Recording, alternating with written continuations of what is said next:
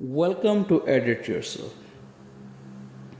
आज अपनी हिदायत और रहनुमाई के लिए देखेंगे यूहन्ना की मार्फत लिखी गई अंजील, उसका 11वां बाब और उसकी 28वीं आयत से।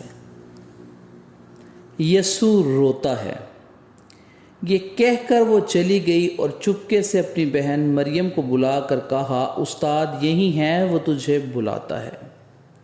वो सुनते ही जल्द उठकर उसके पास आई। यीशु अभी गांव में नहीं पहुंचा था, बल्कि उसी जगह था जहां मरथा उससे मिली थी। बस जो यहूदी घर में उसके पास थे उसे तसल्ली दे रहे थे। ये देख कर कि मरियम जल्द उठकर बाहर गई, इस ख्याल से उसके पीछे हो लिए कि वो कब्र में रोने जाती है। जब मरियम उस जगह पहुंची जहां यीशु था और उसे देखा तो उसके कदमों पर गिरकर उससे कहा, आए खुदावंद, अगर तू यहाँ होता तो मेरा भाई ना मरता।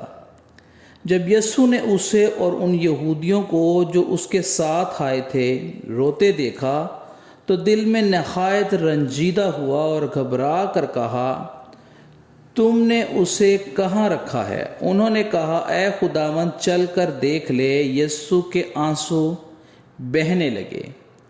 बस यहूदियों ने कहा, देखो वो उसको कैसा अजीज था। लेकिन उनमें से बाज ने कहा, क्या ये शख्स जिसने अंधे की आंखें खोली इतना ना कर सका कि ये आदमी ना मरता?